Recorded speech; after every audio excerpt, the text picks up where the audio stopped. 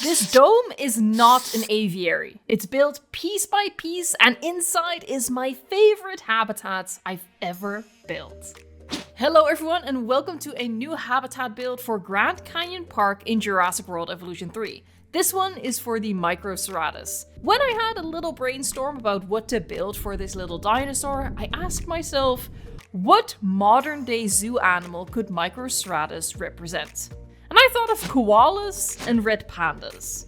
You'll see how that concept took the habitat to a whole new level. The build starts with the dome. It's really the inside that I'm super happy with and excited to share with you, but we have to start at the beginning and work our way through the build. Domes look way more complicated than they are. It's actually an easy way to make an area in your park look pretty spectacular. It's just a case of building one section, copying it over to the other side, and then turning that around on itself. To spruce it up a little bit, I added some white arches to the dome, going for that botanical gardens greenhouse look, which isn't necessarily the right style for the park. The aesthetic of Grand Canyon Park is very modern, but I think the arches are plain enough that it matches well enough.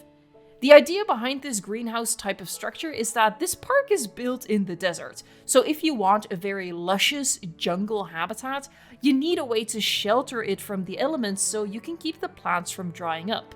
When I did the Psittacosaurus habitat in the first episode, I really didn't like how out of place the greenery looked, and that's where I first had the idea of building a dome, but it was too late to incorporate that into the area, so I saved it for this habitat. And a dome just felt like a nice entry-level structure to start with, but I hope that down the line, as I get better and more comfortable with modular building, I can build some more unique structures. Hopefully by then Frontier has added more glass pieces to the game, because the selection is very limited at the moment. But yeah, the plan is for quite a few indoor habitats in Grand Canyon Park.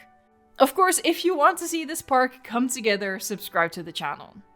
Now with the dome technique, you automatically build a full dome, but I only needed half a dome, so I deleted one half.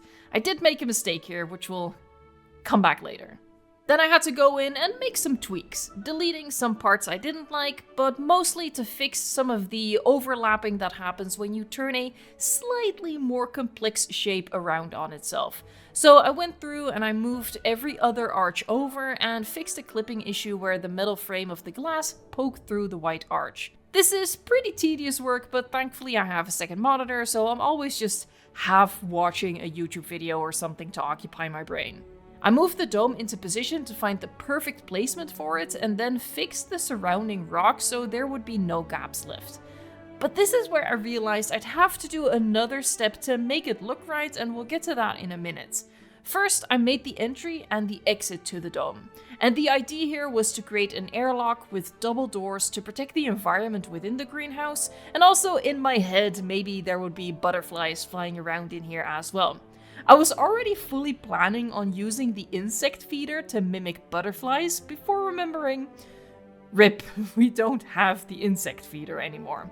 Anyway, I put actual doors on the entry, but I ended up deleting those later, and the glass panes as well, so you can get inside the dome using capture mode and first person mode. Both are going to be important for the end of this video.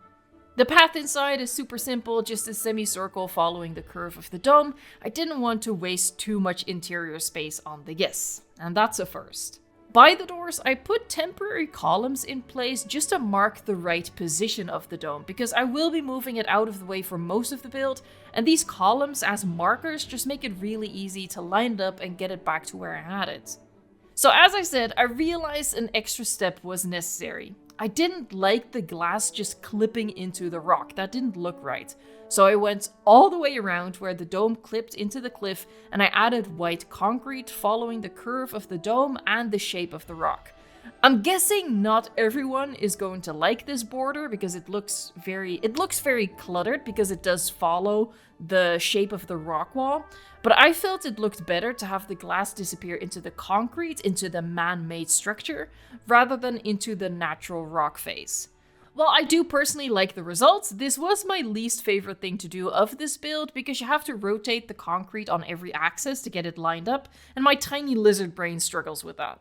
You might have already noticed, but there is a slight error in my dome, and this is what I alluded to earlier, where some white lines are missing at the top. To hide this a little bit, I added a circle at the top, but I think I made Bob Ross proud, because this was a happy accident. Adding the concrete circle sparked a new idea that will add a bit of magic to the interior, as you'll see later. After moving the dome out of the way to make building inside much easier, I'm left with an outline of the shape on the rock wall, which ended up being very helpful. I knew exactly what would end up inside the dome. So I looked at that blank rock wall, and of course I thought, you know what would make it better?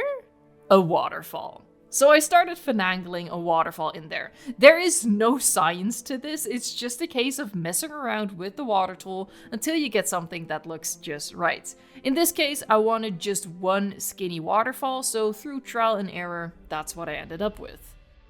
I wanted to save as much space as possible on the inside, so with the terrain tools, I pushed the terrain back. I did end up deleting my waterfall several times in the process. I tried to squeeze the most space out of this, but thanks to the undo button, deleting my waterfall wasn't a problem. I could just undo that. To cover up the last bit of exposed terrain, because I don't leave exposed terrain on my cliff faces anymore, I grabbed more rocks and I always try to follow the line of the waterfall. So I'm just turning the rock around itself to see which side lines up best. Then, because the whole idea is that inside this biodome it's a wet, luscious environment, I painted grass. Okay, it's time for my favorite part of the build, and that is adding levels to the habitat, starting with these rocky shelves, which will be accessible via logs and climbing structures. Just to state the obvious, Microceratops won't make use of these. Even with all the freedom of modular building, we still need to use our imagination a little bit. As I always say, differences in elevation are really important, on a whole park scale and on a habitat scale. But when the habitat is this small, even the new terrain tools don't quite cut it. I thought this was really fun, and the Microceratops are so small they could be up there, you just can't see them. These shelves really make the habitat, in my opinion, and hanging vines off them later? So good. I placed all the logs that we have in game to select the ones that are going to suit my idea the best. I just needed some logs to connect some of the shelves and make it look like Microceratops could walk along the logs to get from one shelf to the next. It would be really helpful if Frontier actually named the logs so they show up with a simple search. Now on to the climbing structures, which is a wooden plateau around 2 logs and a kind of rope ladder-like thing. You'll see when we get to it. For the plateau here, I purposefully messed with the height of the planks so it doesn't look perfect, which I think makes it more realistic. As I build the climbing structure, let me explain my thinking here. So as I mentioned at the start of the video, I had a little brainstorm about what kind of habitat I would build and which modern day animals Microceratops superficially reminds me of, and a koala and red panda came to mind. Again, superficially, stop typing. And that had me thinking of climbing structures as enrichment. Now, Microceratops doesn't look like it could full-on climb vertically up a tree, but I do think it could realistically walk up slanted logs and rope bridges, so that's what I built for them. I really just wanted to build something like this. This was so fun to build, and it looks so good and like stuff you'd see at a real zoo, so that was enough for me to justify it. The only problem being that there is a limit to how much we can scale something, so the planks on the rope bridge at the smallest size are still a little too far apart for the tiny Microceratops, but I think it still works. I did make some changes to the layout of the climbing structure, so stay tuned till the end to see the final result.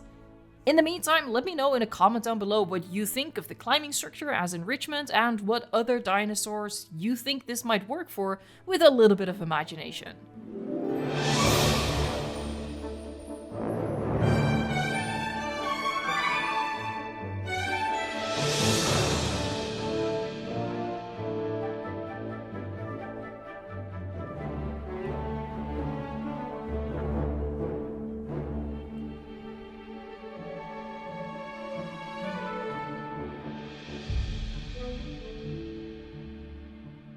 Adding the vines to the shelves was so satisfying.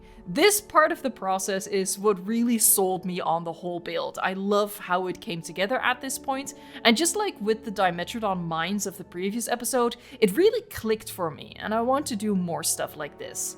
What I've noticed with myself, but what I read in comments as well, is that it's hard to feel proud of something you build in this game, because then you see the planet veterans who have flocked to Jurassic World Evolution 3 build something so mind-boggling that everything you do in comparison loses its luster, I guess. So I can't go as far as say I'm proud of this build, but I will say I'm really happy with how this came out. We're only 3 episodes in, so maybe it's not saying much, but this is my favorite build so far. After adding all of the vines, I added some more foliage and a couple of rocks as well, but I was mindful to keep the ground mostly empty because I still had to airdrop in my dinosaurs, which requires some open space, and the Microceratops obviously still needs to be able to move around. And finally, they are so small, you don't want to have too much shrubbery in the way in which they will fully disappear. Flying them in was thankfully really easy. I was expecting this to be a headache, but the chopper only needs a tiny bit of space to drop them in, so this was surprisingly pain-free as one of the final steps. As I was waiting for the dinosaurs to get flown in, we're circling back to my happy accident. Having to place the circle at the top inspired me to put a fountain upside down on the top of the dome, so some water falls down into the pool below. And I like to think that I might not have made myself proud, but maybe I made Bob Ross proud because this looks magical as heck. Then it was time to put the dome back into place using the columns to line it up perfectly, and finally I filled the gap between the path and the dome with some plants. Before I show you around in first person mode so we can experience it as a guest would, I have a little montage of beauty shots that I hope will inspire you to build something like this yourself. This has been my favorite thing to build so far, not just as an end result, but as the whole process. It was really fun, so I highly recommend it. It took me about 3 hours, a little more, and I'd say it was time well spent. Let me know in a comment down below what you think of this build. The next episode is probably going to be either a lagoon or a deep water habitat. I haven't quite decided yet. You know me, I don't plan. But please do subscribe to the channel if you don't want to miss out on any Grand Canyon Park episodes and everything else on the channel. We're closing in on 400,000 subscribers, so it would mean the Jurassic World to me if you help make that milestone happen. I'm also going to be adding just some details to the guest areas and the cliffs live on stream next Sunday, so come hang out in chat and maybe you get to name one of the dinosaurs that's already in the park. As always, we end the episode with a little tour of what I've built, or should I say, in this case, a micro tour. So let's head into the dome. It's already looking pretty spectacular on the outside, and I really love how it all came together on the interior. This really feels like a real and spectacular animal habitat. And yeah, obviously the Microceratops doesn't use the climbing structure. We have nothing in game that would use something like that. But it's nice to pretend. I think it gives a lot of verticality to a habitat. And I just think it's really interesting and different. So that's why I wanted to do something like this. And yeah, it's looking pretty cool, I would say. Our guests can come in and they can have a little sit on the bench and look at the Microceratops. We have some babies walking around as well. I don't see the babies. The babies are hiding. But yeah, I really like how this came together. And it is a super small build relative to what I've done in the first 2 episodes. But a lot of work went into this, so I hope that you enjoyed seeing it. If you did, give the video a like and of course subscribe for future episodes of Grand Canyon Park. Thank you so much for watching, liking, subscribing, and until next time, enjoy the game.